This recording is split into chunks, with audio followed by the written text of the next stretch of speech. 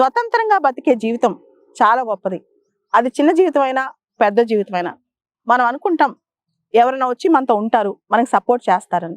అవన్నీ పక్కన పెట్టి మన జీవితాన్ని మనమే బిల్డ్ చేసుకోవాలి.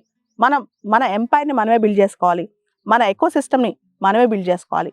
మనం అనుకుంటాం మన వల్ల కాదేమో, మనకు చాలా మంది సహాయం అవసరం అవుద్దేమో, మన కోసం అందరూ ఉండి అన్ని సపోర్ట్ సిస్టమ్స్ మనకి ఇస్తారని. చాలా సందర్భాల్లో ఎటువంటి సపోర్ట్ ఎవరి దగ్గర నుంచి దొరకదు. మనమే మన జీవితాన్ని బిల్డ్ చేసుకోవాలి. నేను అంటాను, అమ్మాయిలైనా అబ్బాయిలైనా అది ఎంత జీవితమైనా సరే మన జీవితాన్ని మనమే నిర్మించుకోవాలి. మీరు చూడండి, ప్రపంచంలో చాలా చరిత్రలు, వాళ్ళ చరిత్రలు వాళ్ళు నిర్మించుకుంటే, వాళ్ళ చరిత్రను వాళ్ళు లిఖించుకుంటే ఎంత అద్భుతంగా ఉన్నాయో. స్టీవ్ జాబ్స్, యాపిల్ ఫౌండర్, ఎక్కడి నుంచి వచ్చాడు? చాలా డిస్టర్బ్డ్ ఫ్యామిలీ నుంచి వచ్చాడు అనమాట. చాలా కాలం పిచ్చోళ్ళ తిరిగాడు. చివరికి యాపిల్నే స్టార్ట్ చేశాడు.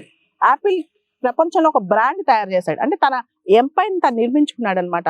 అలా మన ఎంపైర్ని మనం సృష్టించుకోవాలి. ఏ జీవితమైనా, సచిన్ టెండూల్కర్ చూడండి, చిన్నప్పటి నుంచి నెట్ ప్రాక్టీస్ చేసి చేసి చేసి క్రికెట్ ప్రాక్టీస్ చేసి చేసి ఫైనల్గా సచిన్ టెండూల్కర్ ఈరోజు గాడ్ ఆఫ్ ద క్రికెట్ అయ్యాడు.